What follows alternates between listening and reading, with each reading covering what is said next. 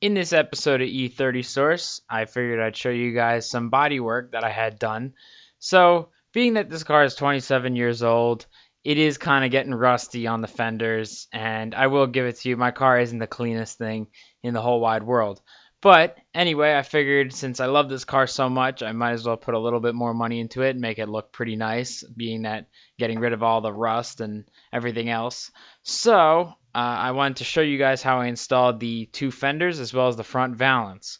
I bought the fenders off Craigslist for $100 and then I had them resprayed bronze beige metallic, paint number 139, as well as the front valance due to the fact that it was black before and it would add to the originality of the car. So, without further ado, let's get started. So the first video I ever made on YouTube was actually the Valance installation. However, it left it black and it didn't really make the car look good. So I took it back off and I had it resprayed. And I left the car looking like this for about a month. Now if you watch my video, it'll actually teach you how to do it step by step. So I suggest if you want to do this yourself, you watch that video. And here's just a short clip of me installing the new painted Valance.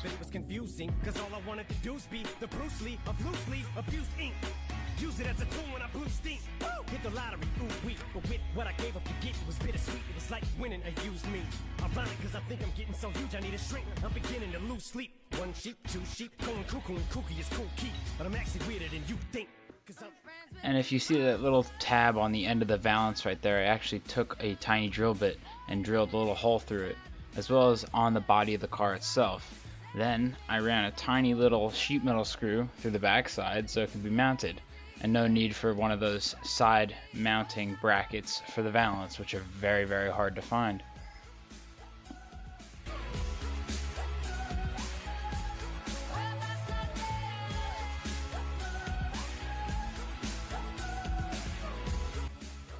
And it's the same exact process to the other side. And I did the same thing and it works great still to today.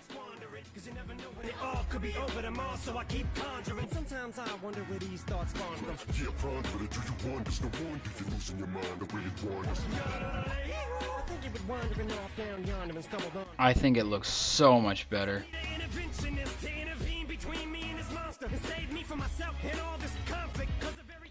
Now it's time to move on to the fenders.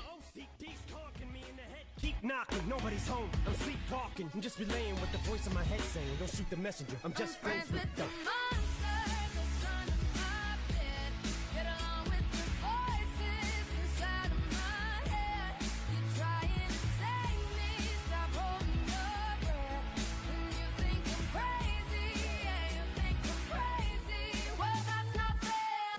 And just a tip I would add, to remove the two bolts down at the door jamb, I would suggest taking out the wheel well liner.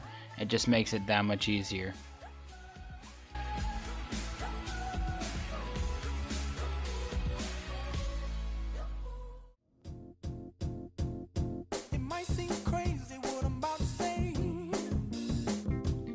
Here are just a couple little clips I have of me disassembling and taking off the old fender.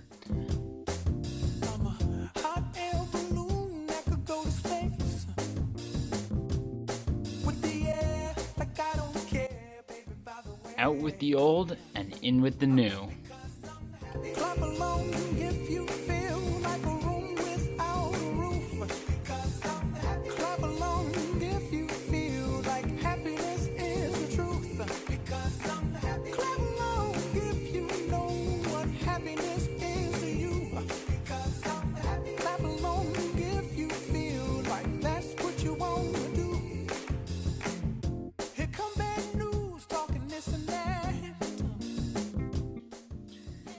And I mounted up the other side the same exact way.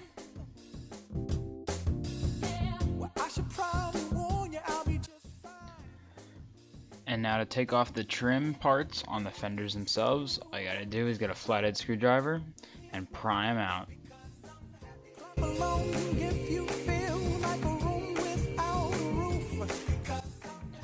And it's very simple, they snap right back into place.